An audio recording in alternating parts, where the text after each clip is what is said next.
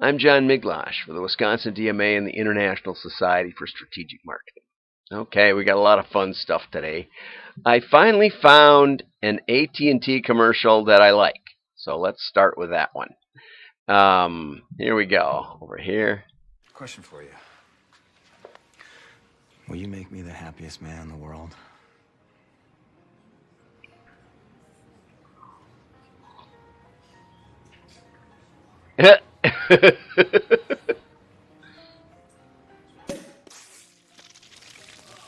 Yes. Okay, good. When it comes to Okay, response good. times, just okay is not okay. That's why AT&T. Okay, that's it was just that one had a little bit of tension in it, and most of the time they just showed crappy stuff, and you think AT&T is that crappy? I didn't realize. So now we got some alternative. It's a little better. It's not great, but it's a little better. Okay, so now let's get over to Fishburne, who is one of my very favorites, and Fishburne is talking today about decision paralysis, which is a big deal right now. He's got start, stop, hurry up, wait, decision. I'm in the middle of the deadline for this week for our Father's Day model that's going out, obviously pre Father's Day, and it's an interesting thing we're doing. We're changing it a little and trying some new stuff, and all of a sudden this morning it's like, well, it's we need it tomorrow. Well, no, yeah, it's due Friday. Well, true, it is due Friday. We want it tomorrow. Well, okay. Anyway, so you got to keep things moving. Keep her moving. If you haven't seen Charlie Barron's and you're from Wisconsin, you got to watch it. The Manitowoc Minute. He encapsulates my sense of humor, which is probably bad, but he seems to be popular. Okay, so anyway, Tom says more is lost by indecision than wrong decision, and Lee Iacocca, I think, said that too. He said something like, even a right decision is wrong if not made in time. Something about standing on a train track. Even the right decision is wrong if not made in time. Yeah, that's probably true. I think I'm overdriving the mic here a little bit. And I think I've got underdriving the sound on the video. Oh well, you got the gist of it. David Ogilvy used to say, turn the sound off. You are not powerless in the face of uncertainty. One of the things about humanity is we're able to see potentials. We're able to see what ifs. We're able to run alternative scenarios in our brain. And that's, I think, a survival technique given us so that we can die in our imagination. We can say, oh, that's a good idea, and then run it out a ways and see, oh, that's not such a good idea. Or that's not a good idea, and then run it out of the ways, and maybe it is. So here's the key to right now. This is what you want to be thinking about.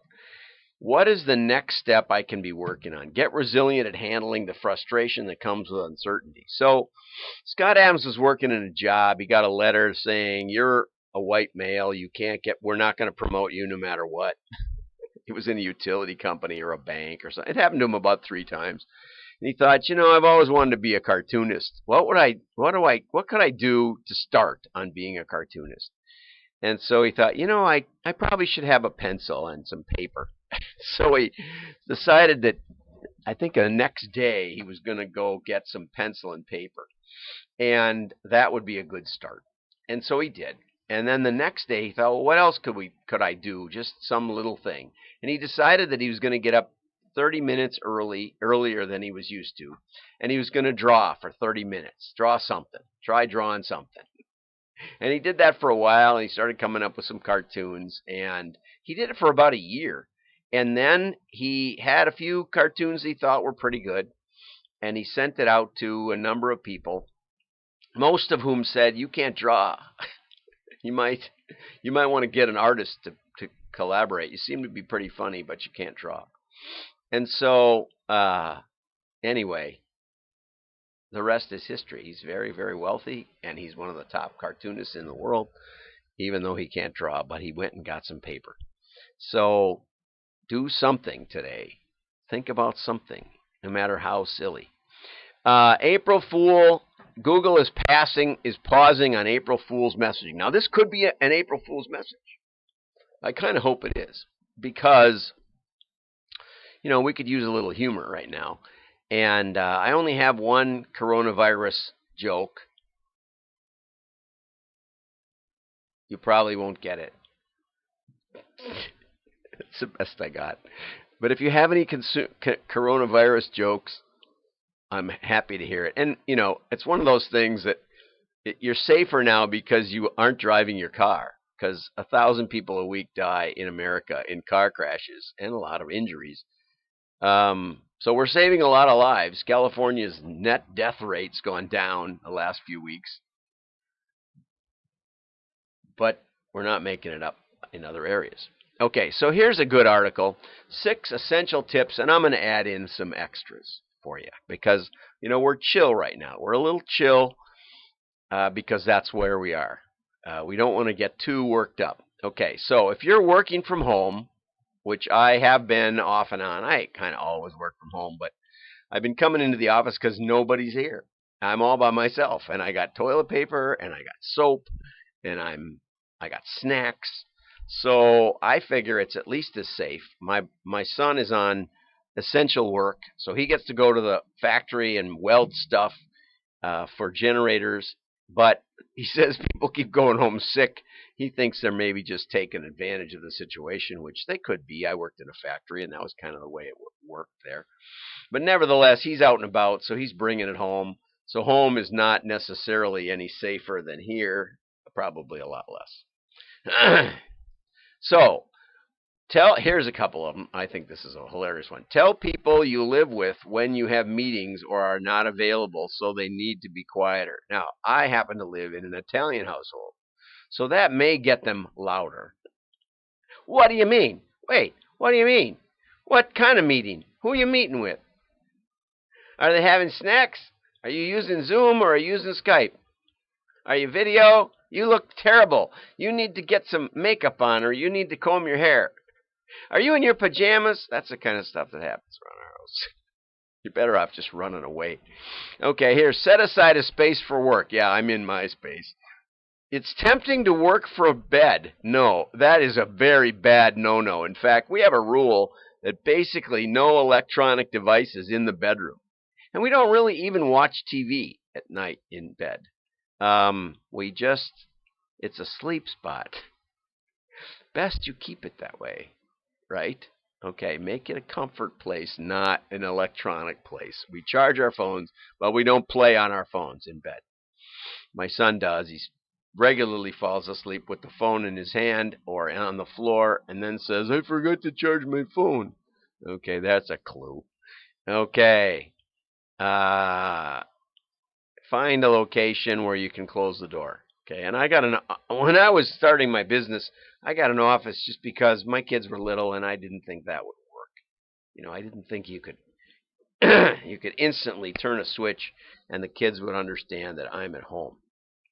Okay, stay connected with your colleagues. Well, as I just said, and unconnected sometimes, okay? But it's good to know that they're paying attention and check your email now and then. Right? Slack, Zoom, Skype, email. Right, okay. And here's a good one. By the way, a little humor always helps. Don't forget to laugh in between, okay? Which is, I'm coming up on that. And speaking of routine, isn't there a routine one? No, we're not into the routine one. We're going to stay connected. Plan out each day. Here's the routine one. Set 3 priorities to focus on. That's pretty much how I live. I live by thinking, what do I need to do today? That's what Sam Walton used to say. We get up in the morning and we pray, God, what would you have us do today? And then we do it, right? Work for him. Brush your teeth. It's not as important when you're telecommuting, but I say, and I can't believe they didn't put this in, make coffee. I make a pot at home, have 2 cups, leave some for my wife. Then I make a pot here. So I have a good pot, right? I don't know. I love coffee. It's really good. I got good coffee here. Water isn't that great, though. Take breaks. This might be the most important advice I have for you. You know, you're not 100% productive at work, mostly because you're in meetings. Dumb meetings. Dumb meetings about calling more meetings or about the last meeting. So I think it's important to be equally unproductive at home at some level. Now, the nice part is you can watch sailing videos or MMA reruns or whatever you're into. I have a beekeeper that I watch. He's checking his hives out for this time of year, seeing how they're doing. Also, Pomodoro. This is if you look up Pomodoro, you can get them online, and it goes 20 minutes or 25 minutes, and then you got a 5-minute break. I try to go out and walk around the building, although today it's snowing, if you can believe it. Whew. So you do 20 minutes on, 5 minutes off, 20 minutes on, 5 minutes off. Just get up and walk around. That's important. Okay, so don't beat yourself up. You're probably a harder boss. People say to me, what do you do? Oh, I got a boss that's a jerk. What do you mean? Well, I work for myself. So we need some April Fool's jokes to make up for the gap in Google, who's probably just being lazy because they're all working at home right now, right? So let's get some good April Fool's jokes. I will go and look for a compendium, and I will get you a whole list tomorrow. We got some more to cover, but I'm not going to because, we don't want to stress you out too hard from home. I'm John Miglosh. Have a great day. Like and share. I'm not sure your friends will think you're smart. And I don't think they'll think I'm smart, but maybe we can get a laugh now and then. Marketing News, live stream daily, 10 Chicago time. Have a great day. Bye-bye. Keep safe.